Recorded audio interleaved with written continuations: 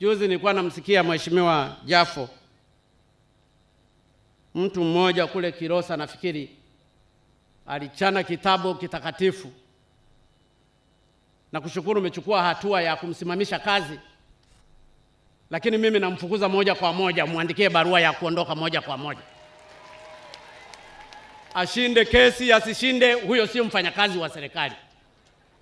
Hatuwezi tukakaa na wafanyakazi wapumbavu katika serikali hii. Umechukua jukumu lako la kumsimamisha kazi, mimi namfukuza. Muandikie barua ya kumfukuza, ila akitoka huko kwa adhabu atakayoipata atajua mwenyewe atakapoyatafuta maisha. Ndugu zangu, hili nilikuwa nachomekea tu.